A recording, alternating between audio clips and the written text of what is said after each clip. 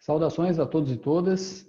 Meu nome é Felipe Leonardo Ferreira, eu sou mestrando nesse momento que vos falo, lá no Museu de Arqueologia e Etnologia da Universidade de São Paulo. Eu sou formado em Física e em licenciatura em Física, e licenciatura e bacharel em História.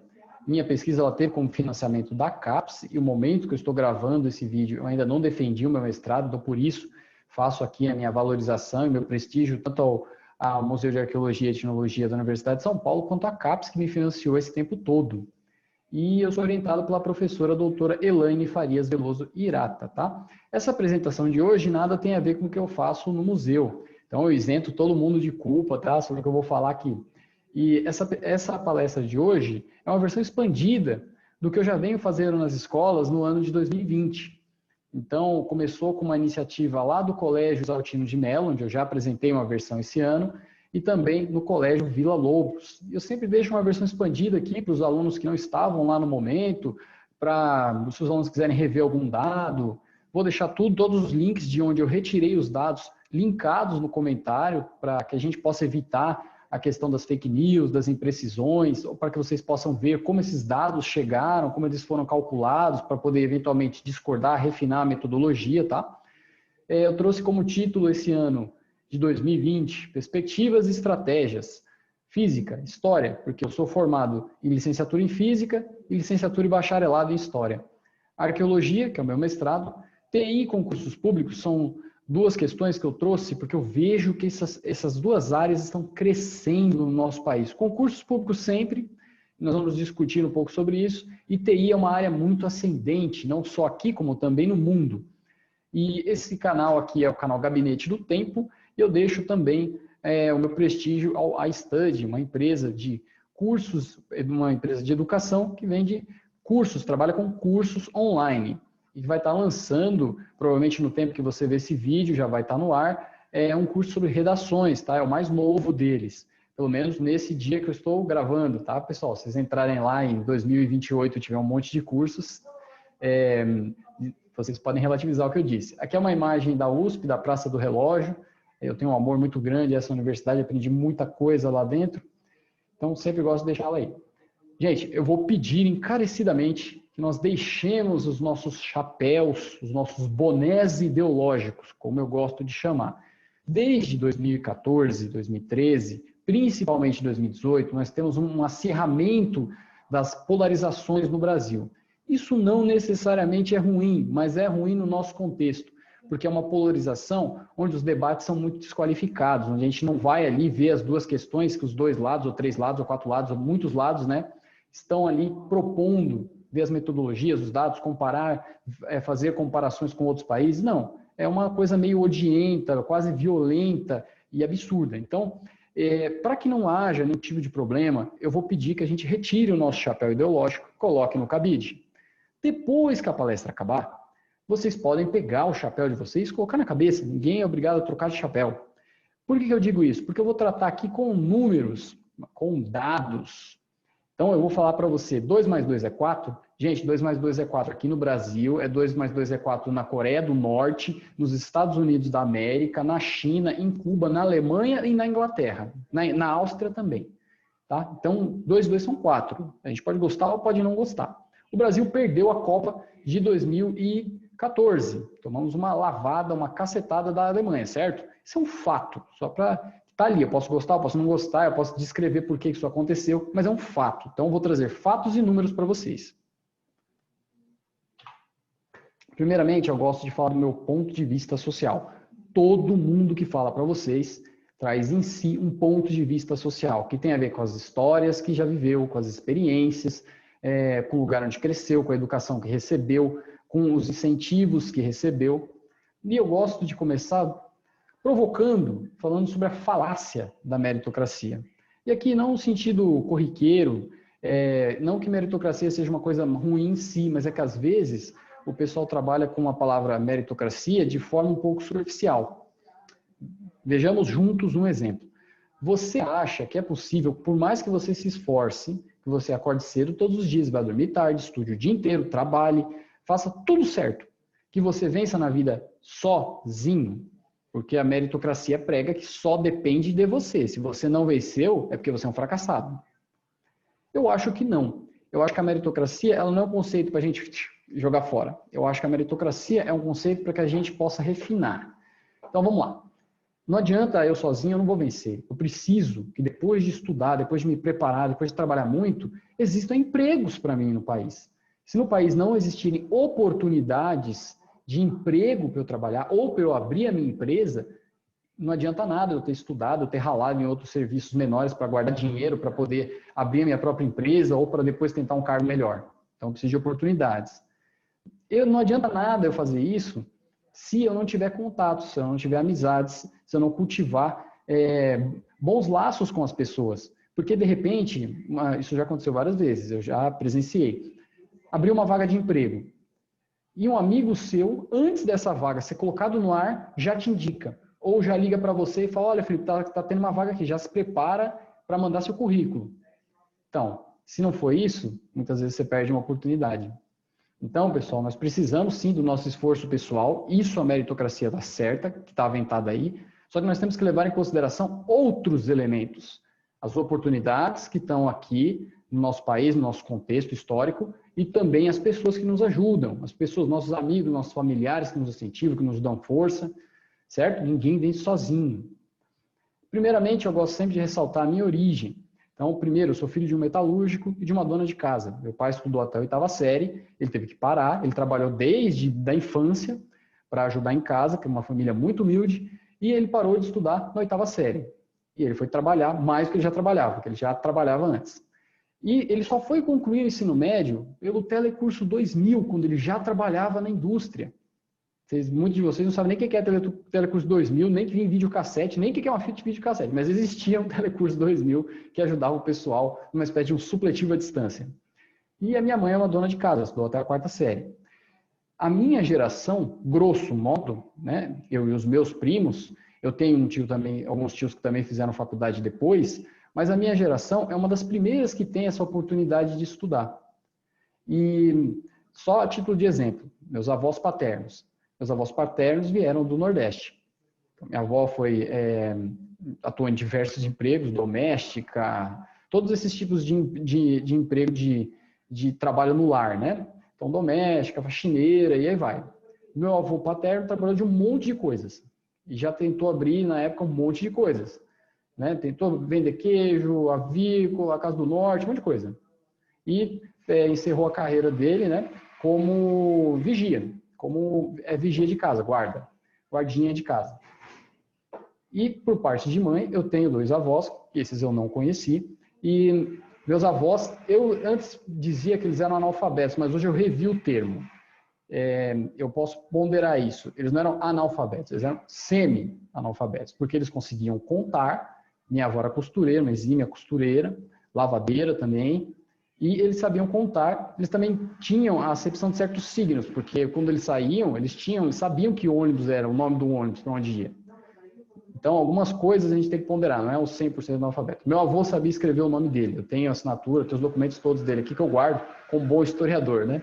Então, pessoal, só para ressaltar essa origem, que eu não sou filho da alta burguesia paulista ou do baronato brasileiro, né? Só para fazer uma tiradinha aí para quem pegou a referência. A minha formação foi em escola pública, ensino fundamental 2, o ensino médio, a universidade, a pós-graduação, tudo dentro do contexto da educação pública do país. É por isso que eu a valorizo muito. Eu sei que ela tem problemas, mas a saída passa por ela, porque é ela que vai conseguir fazer uma certa isonomia, que vai poder abrir essas oportunidades para todo mundo.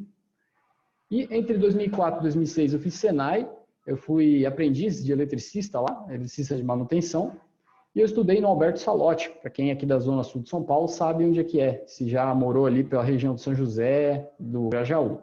Eu fiz cursinho em 2007, entre 2008 e 2003 eu entrei na licenciatura em Física na USP, em 2004 e 2017 eu fiz o meu bacharel e minha licenciatura na História. E atualmente, né, de 2017 para cá, ali já junto com a História, eu entrei no mestrado em Arqueologia no museu.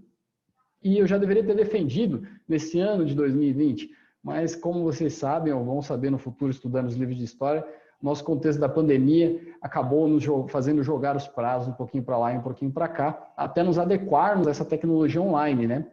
que só para título de curiosidade, defesas de mestrado e doutorado são presenciais. É como se fosse um tribunal, um julgamento mesmo. E tinha que ser lá, e o pessoal ainda estava arrumando essa questão de fazer online, e minha defesa agora eu já remarquei para o final do ano. Eu ministro aulas particulares em escolas desde pelo menos 2010, tá? Aula particular sempre, todo sempre, em escolas depende, porque nesse período que eu estou desenvolvendo pesquisas na universidade, desde 2015 eu desenvolvo pesquisas na Universidade de São Paulo. Então, primeiro eu tive o financiamento da Fundação de Amparo e Pesquisa da cidade de São Paulo, a FAPESP, e depois a CAPES, como eu mencionei para vocês. Eu trabalhava para elas, eu pesquisava com o financiamento delas. Galera, agora a gente vai entrar para fazer o nosso quadro geral. Eu vou mostrar para vocês uma moldura do país para que a gente entenda o nosso ambiente, o nosso contexto histórico, para que, sabendo dos desafios do contexto histórico, a gente consiga traçar melhor as nossas estratégias. E, pessoal, eu não sei se vocês estão ouvindo um barulhinho, mas gravar as coisas online, assim, gravar essas coisas é sempre problemático, você está meio aos revés dos barulhos externos, tá? Então, britadeira, carro do ovo, carro da verdura, carro do churros, tá bom?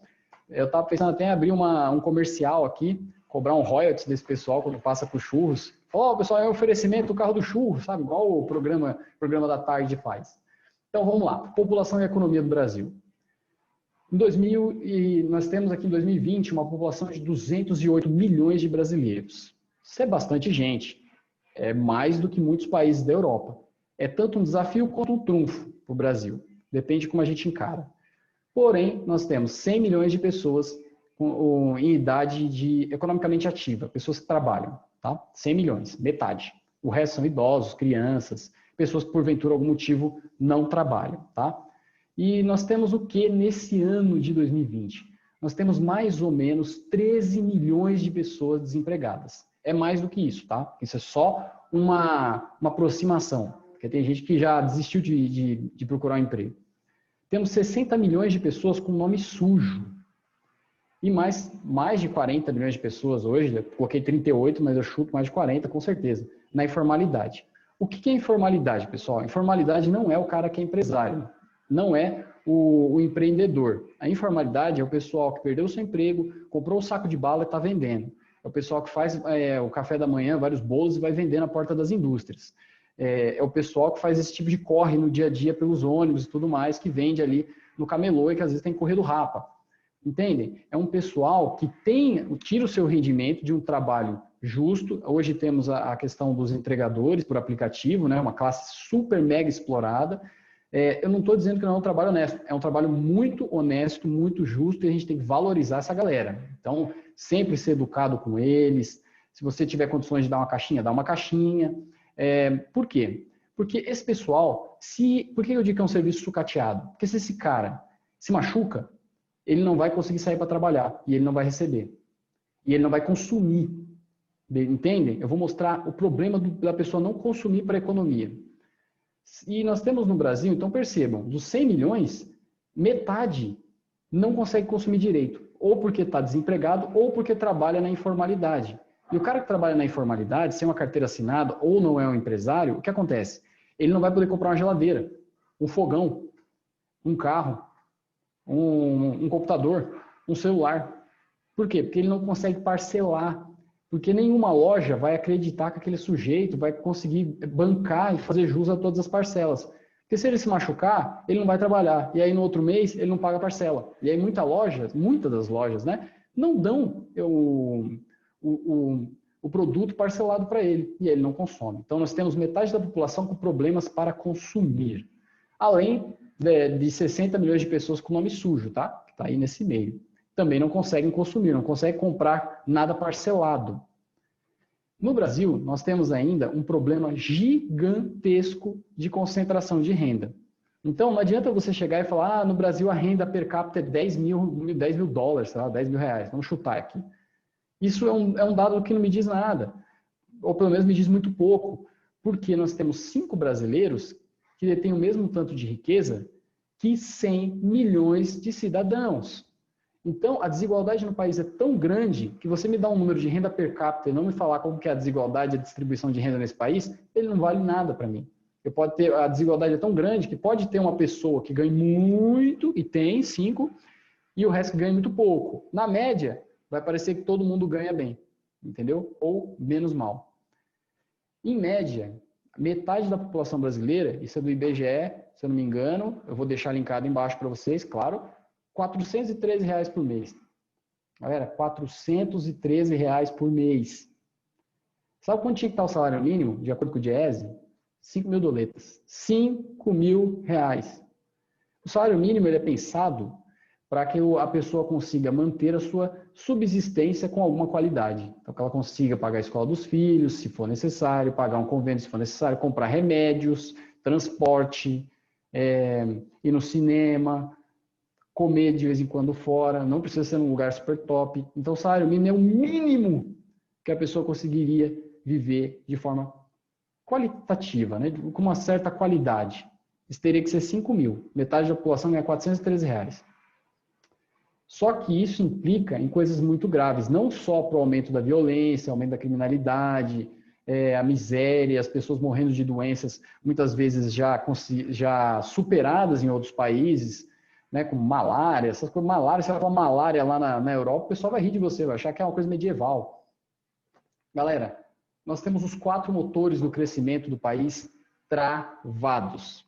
Isso aqui, vocês vão ouvir desde o cara que é liberal, libertário, até o sujeito que é comunista, anarquista e tudo mais. Tá? São 4 motores do que nós temos no sistema. O primeiro deles é o consumo das famílias. O consumo das famílias, ele está estrangulado. E ele responde por 60% do crescimento do PIB. Ou seja, 60% do crescimento do Brasil depende do consumo das famílias. E, gente, pensa comigo. Se 60% depende do consumo das famílias, com 50 milhões de pessoas sem poder consumir, com 60 milhões de pessoas sem poder consumir, como que essa economia vai para frente?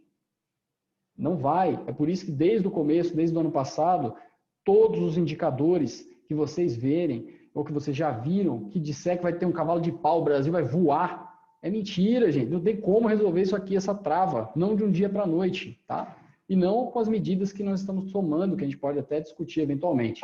Investimento empresarial. O consolidado do passivo das empresas, ou seja, das dívidas que as empresas têm, se eu somar todas as dívidas que as empresas têm, chega a 3 trilhões de reais. E isso é um dado de 2016. De 2016 para cá, não melhorou. Nós temos um investimento público também colapsado. Temos um buraco em 2018 da ordem de 168 bilhões. E nós temos também 1 trilhão de reais que vai ser o buraco agora no ano de 2020. Por quê? Por conta da pandemia, né? Só que no ano passado a gente teve, acho que um buraco por volta de 98 bilhões, 2019, porque baixou os juros, não porque a gente melhorou, tá? É porque derrubaram os juros da Selic. Nós temos a menor taxa de investimento da história do país. Pouco mais de 15%. Ah, Felipe, o que é isso? Só para a gente ter uma ideia, vamos comparar. Estados Unidos e Europa, que já tem quase tudo feito, então tem saneamento básico, tem rodovia, tem estrada, tem porto, tem aeroporto, tem tudo. Os caras ainda investem 30% no próprio país. Para quê? Para que a economia se desenvolva, para que seja um empurrãozinho, um start. O Brasil só 15%. E ano que vem tende a ser muito menor. Nós não temos política de comércio exterior. Nós não temos acordos muito longevos ou muito frutíferos. O pessoal estava comemorando a assinatura do acordo do Mercosul. O acordo do Mercosul tem 20 anos que está sendo negociado. E um diplomata, que já foi embaixador brasileiro, importantíssimo inclusive na consolidação do real, o Recupero, ele falou esses dias sobre o Plano Real. O acordo do Mercosul. O acordo do Mercosul que foi assinado é horrível para o Brasil, porque ele praticamente nos obriga a vender produtos agrícolas e comprar produtos industrializados da Europa. E mesmo assim o acordo não está saindo, porque a Europa está vendo o Brasil, o Brasil não está tomando cuidado no meio ambiente, está notório, tá? Isso aí é satélite da NASA que já viu, é o INPE, a Europa toda olhando para a gente, vendo que a gente está maltratando a natureza, não tendo os cuidados devidos. Eles não são bobos, eles têm satélite, galera, o Brasil não tem. E eles não estão querendo assinar. Ou seja, o acordo ia ser super proveitoso para eles. Para a gente não ia ser. E mesmo assim, eles não querem assinar. E aí eu vou citar alguns fatos. Vamos lá. Numa das primeiras viagens do presidente, aqui independe se eu gosto dele ou não, viu, gente? É uma coisa que aconteceu. Vocês podem conferir na internet. Eu vou deixar link aqui embaixo, obviamente. Viajou para Israel. Lá ele falou que ia mudar a embaixada de Tel Aviv para Jerusalém. Os árabes se irritaram com isso, os palestinos. E ameaçaram cortar a compra de frango, de ovinos e caprinos do Brasil. Gente, os árabes são dos maiores compradores de frango e caprinos e ovinos do Brasil. A gente modernizou todos os nossos abatedouros para que fossem virados para Meca, para o cara poder comprar o frango aqui. E eles desregulamentaram, desvincularam alguns frigoríficos do Brasil como aviso. Para que se meter no conflito dos árabes e dos israelenses? Beleza. Não contente, na mesma viagem, o pessoal lá do governo saiu do Museu do Holocausto e, dando entrevista lá, falou sobre o nazismo de esquerda. Galera, o nazismo não é de esquerda, tá? Isso é um outro debate, eu não vou aprofundar aqui. Porém, os judeus, os israelenses, têm uma placa enorme no museu, escrito: nazismo é um movimento de extrema direita que fez isso, isso, isso, isso. Para que você vai lá provocar os caras? Pronto, deixou os israelenses também bravos com a gente. Como consegue irritar israelense e palestino na mesma viagem? Eu não sei. Vamos continuar, e eu vou chegar na política de comércio exterior para vocês. Vocês precisam desse cenário, isso são fatos, tá? Eu não estou fazendo juízo de valor. Chegou aqui, foi para o Chile. No Chile, falou bem do Pinochet. O Pinochet, galera, para o Chile, é um monstro.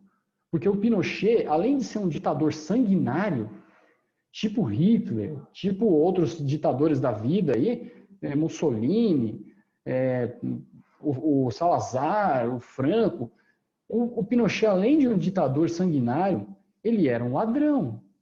Isso eu estou falando no português claro, porque é tudo comprovado, documentado hoje. Pinochet já morreu. E os chilenos ficaram putos com essa afirmação. Tanto que o presidente das casas legislativas nem sequer quis receber a comitiva brasileira. Para que nós vamos irritar os chilenos? Para nada.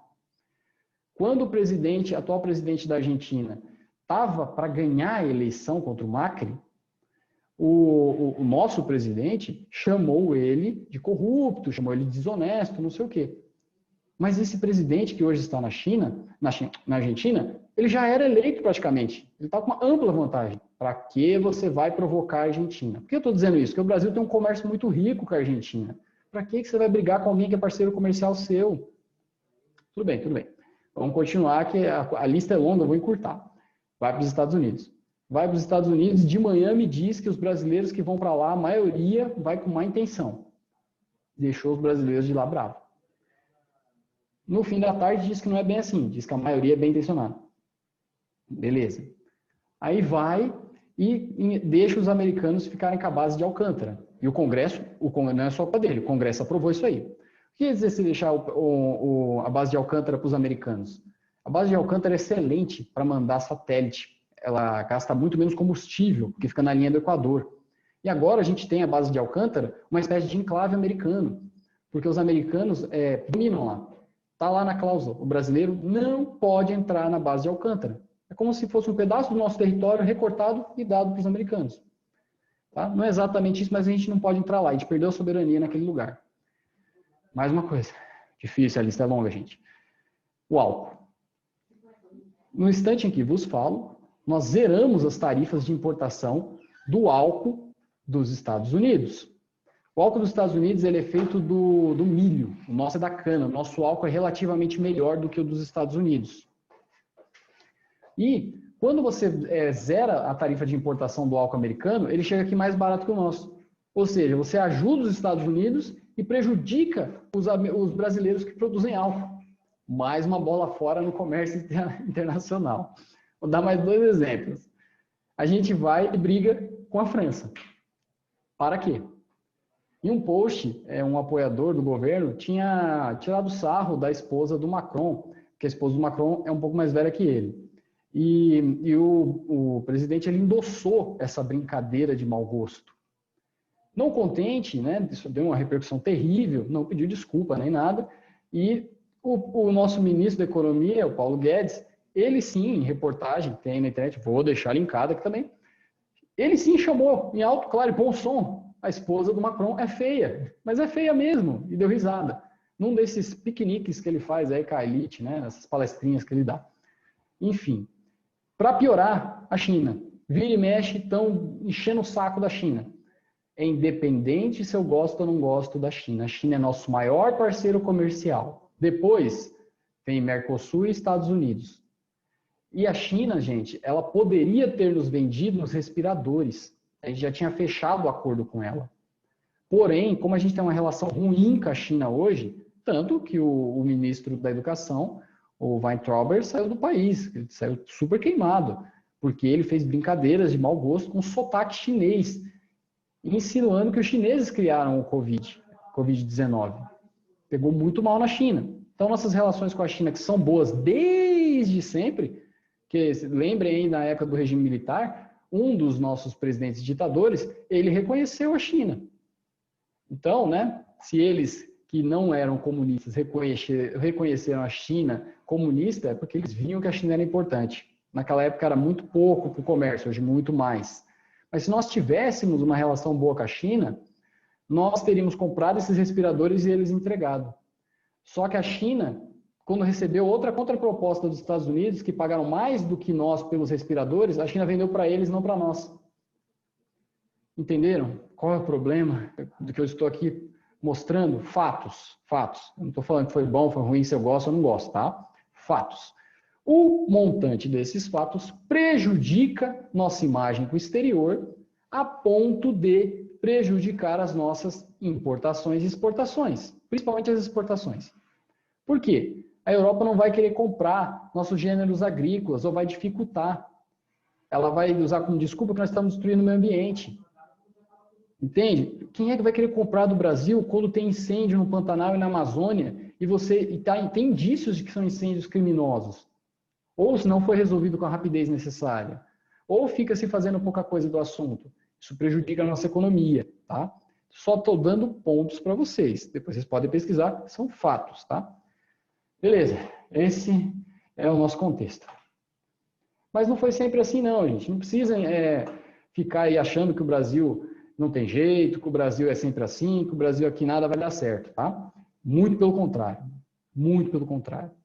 Percebamos o nosso crescimento dos anos 30, onde está o indicador aqui, até o ano de 1980. Do ano 30 até o ano de 1980, a gente crescia, teve ano que cresceu mais de 10%. Pelo menos uma média de 7 e poucos por cento por ano. E aqui a gente teve Vargas, teve Kubitschek, teve Goulart, teve depois o regime militar, aqui ainda é o regime militar, e depois começou a cair e a gente começou a crescer muito pouco. Por quê? Tem várias explicações, várias, a gente pode conversar sobre isso. Porém, vou destacar para vocês a principal. Nós estamos nos desindustrializando desde o ano 80 para cá. Nós temos a crise dos juros aqui, quando o Paul Volcker jogou os juros lá em cima nos Estados Unidos, quebrou todo mundo que tinha empréstimo nos Estados Unidos, porque os juros mais que dobrou. Temos a sucessão tecnológica, que está muito mais veloz.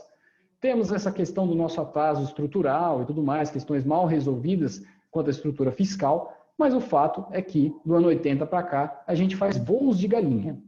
Então, a gente tem voos de galinha seguidos de quebradeira e derretimento da economia. Tivemos um voo de galinha aqui em 84, 86, tá? Mais ou menos o período Sarney. Depois a gente vai ter um outro voo de galinha entre 94 e 96, que é o Plano Real. O Plano Real ele foi um plano de estabilização monetária, ele não era um plano de desenvolvimento. Tanto é que ele foi deixado lá, o barco andando, não se pensou em outro projeto de desenvolvimento e quebramos em 98. Já em 98 quebrados, né, aqui, a gente teve esses pequenos voos de galinha sucedidos por quebradeira, ou 94, 96 aqui, ou 98 como a gente quebrou.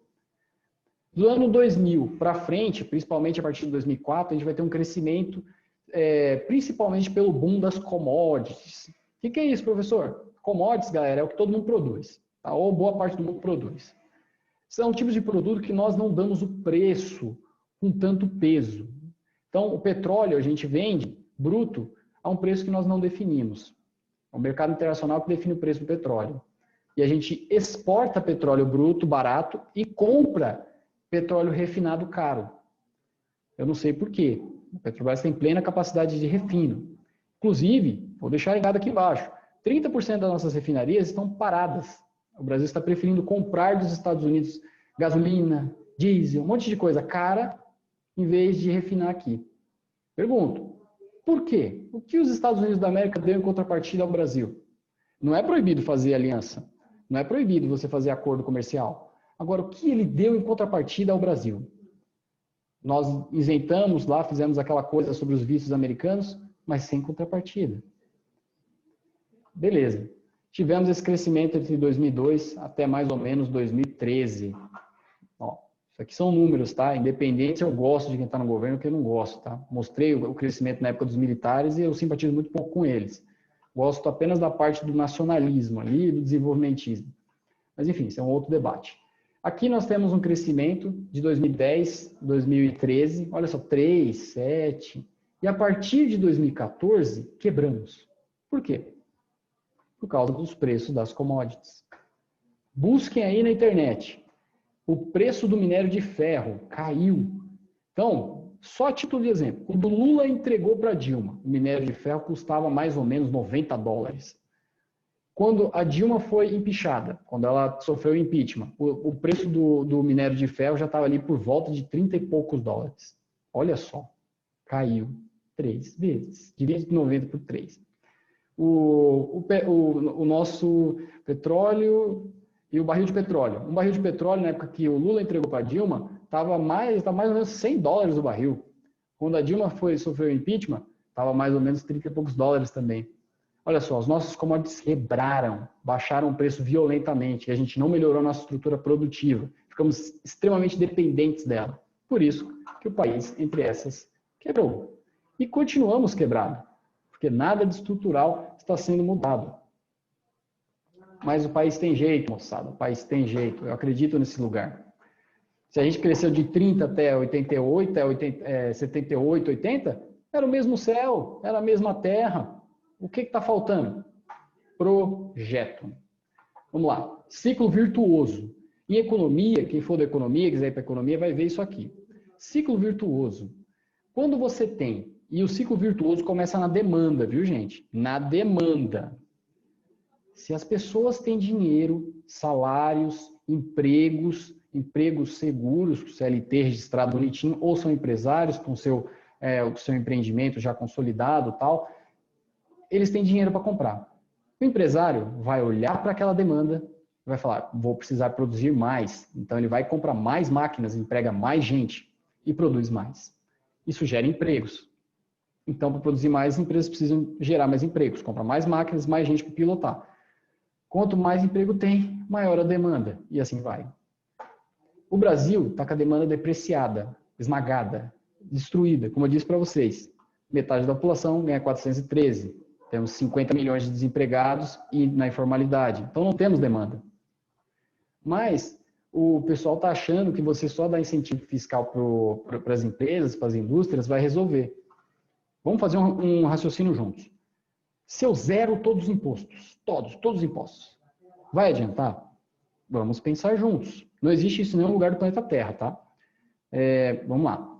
Se as empresas não têm imposto para pagar, elas vão produzir mais, né? Elas vão ter uma margem de lucro maior. Mas o que adianta elas produzirem o seu produto final com um valor menor se as pessoas não têm dinheiro para comprar? Se as pessoas não podem comprar parcelado? Não adianta nada.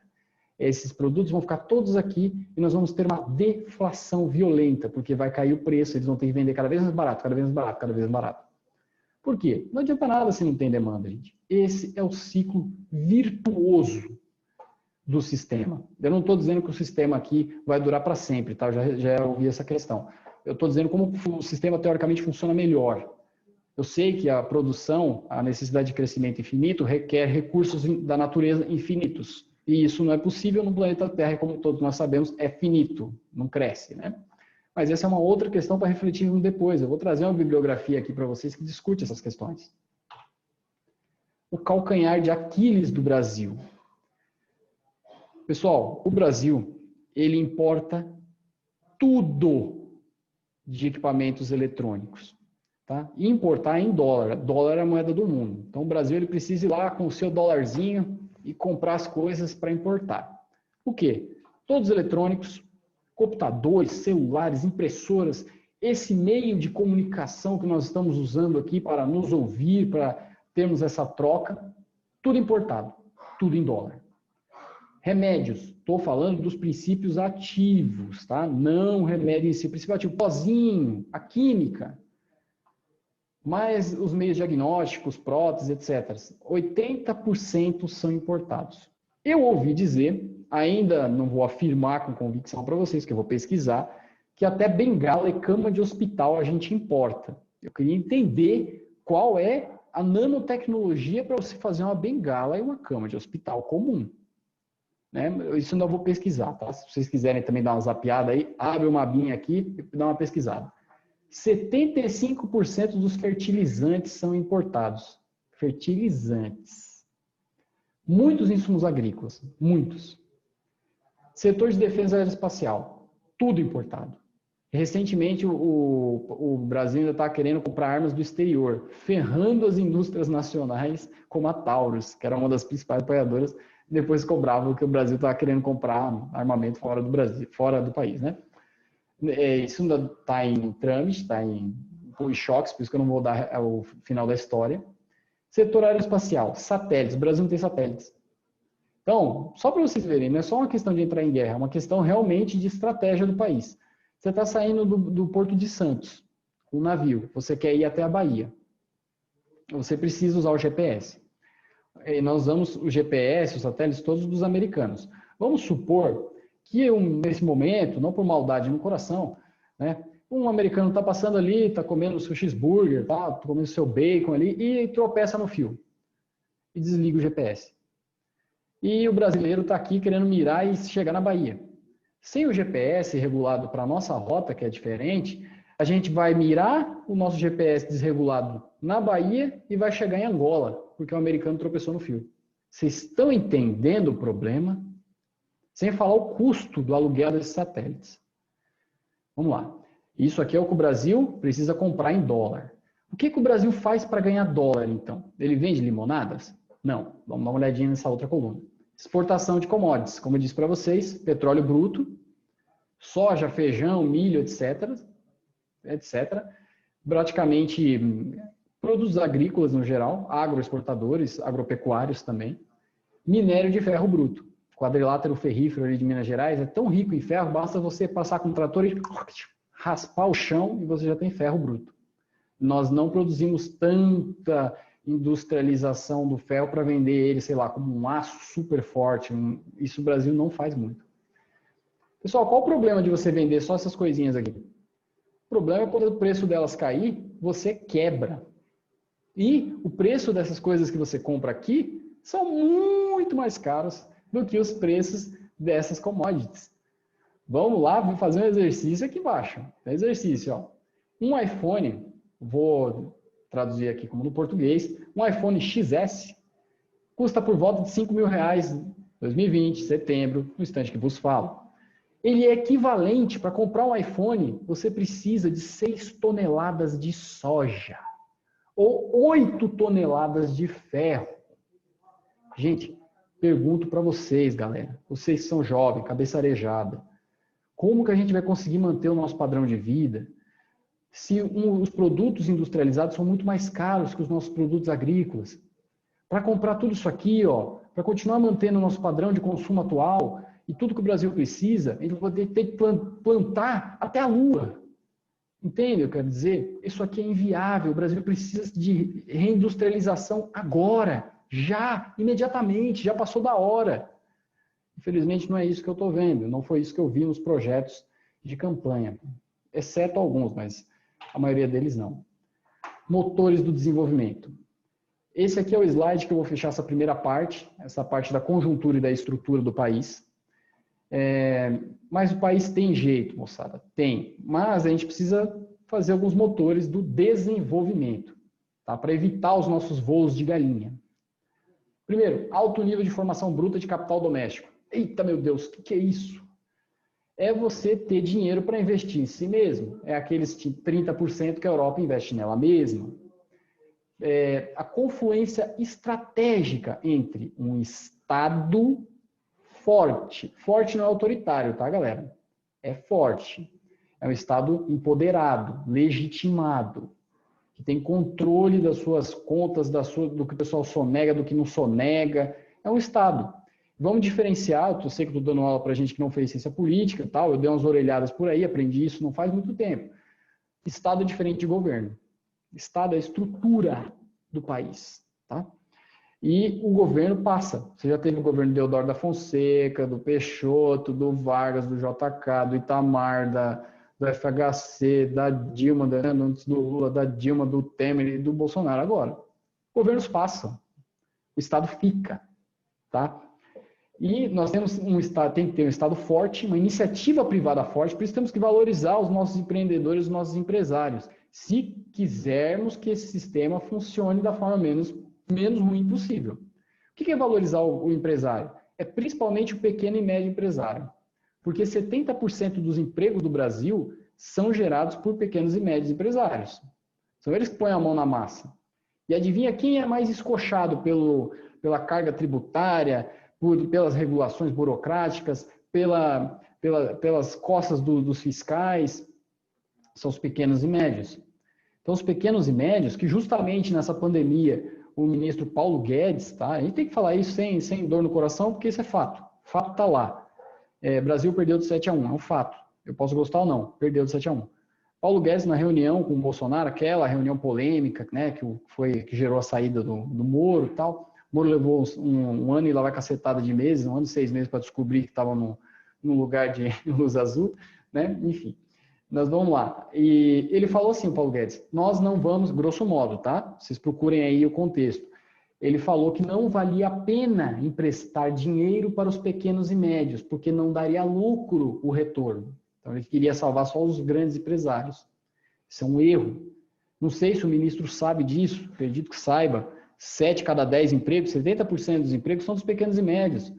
Então, é o padeiro, é o cara da padaria, são os centros automotivos que continuaram aí correndo riscos na pandemia para manter o país funcionando, porque você precisa de veículos automotores, não só carros particulares, mas ônibus, perua, van escolar, ambulância, carros de seguro. O carro bate, a pessoa quer que o seguro conserte, ela quer com pressa, ela quer que volte impecável como se não tivesse batido, tá?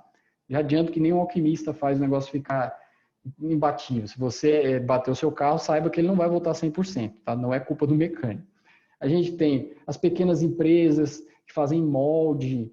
Meu pai, como eu disse, é metalúrgico, então eu tenho conhecimento de pequenas empresas que fazem ainda molde, trabalham com esse tipo de coisa, carimbinhos, fazem algumas coisas menores. São essa galera que gera emprego no país. Essa galera não está sendo ajudada por nenhum desses governos. Nenhum. Tá? Não adianta ser de direita, esquerda, se diz de direita, se diz de esquerda, tal. Não importa, nenhum deles está ajudando.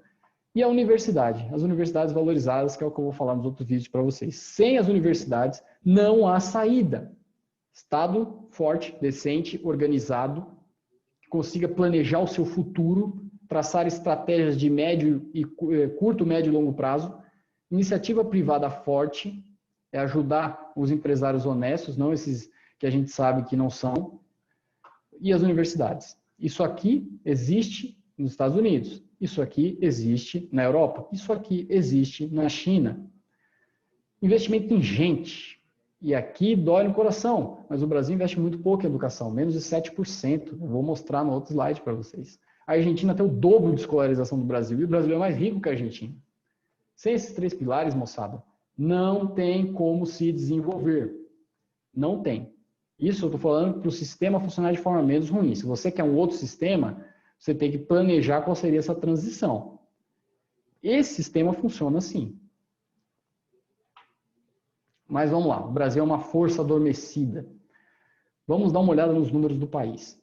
PIB de 2018, 6,8 trilhões de reais, dá mais ou menos 2,14 trilhões de dólares. O Brasil é uma das 10 economias do mundo, isso não é pouco. O Brasil era nada lá no começo do século XX e teve um salto qualitativo gigante no século XX. Ele foi um dos países que mais cresceu no século XX. Só vai perder aí para a China e para o Japão. Nós crescemos muito. Os manuais de economia política, de economia do país, do mundo afora, esse período é chamado de milagre econômico do Brasil.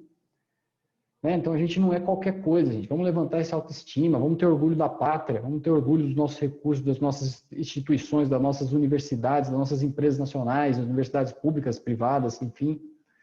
O Brasil tem o gasto com educação por volta de 6% do PIB. Isso é ridículo.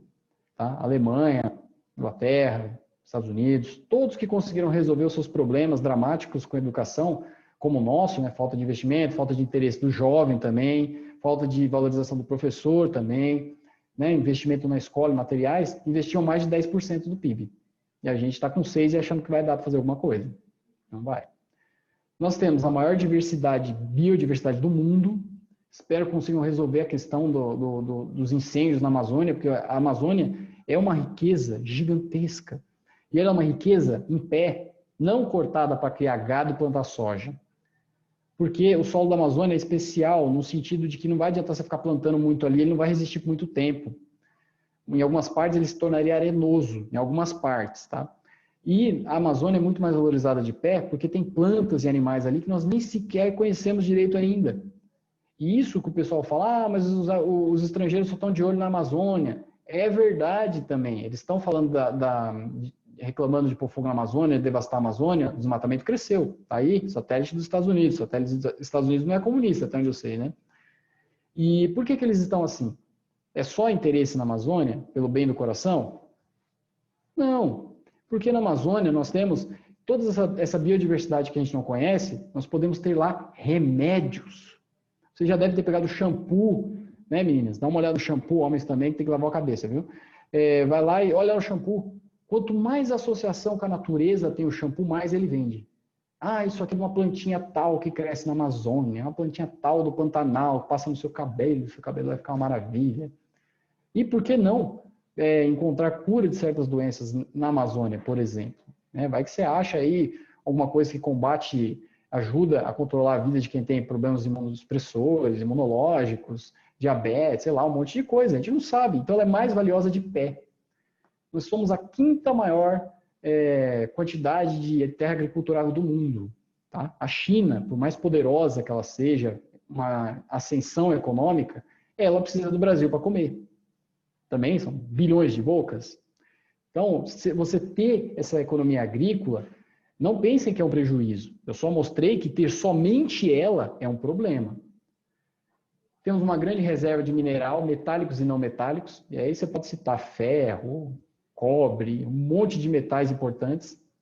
Enorme quantidade de petróleo, mas não temos noção da quantidade total ainda, por exemplo, do pré-sal. Tá? O pré-sal é muito interessante, porque a Shell estava escavando o pré-sal junto com a Petrobras. Aí chegou numa determinada quantidade, profundidade, a Shell achou que não valia mais a pena e foi embora. E a Petrobras achou que valia a pena e continuou. Então a Petrobras achou o pré-sal. Mas vocês devem ter visto que já está sendo loteado, entregado, a preço de banana. O total ainda é desconhecido. Eu sei que o petróleo está no fim da vida, galera. Pelos próximos 50 anos nós vamos ter uma transição energética aí, que ele vai acabar, e também porque ele destrói o meio ambiente.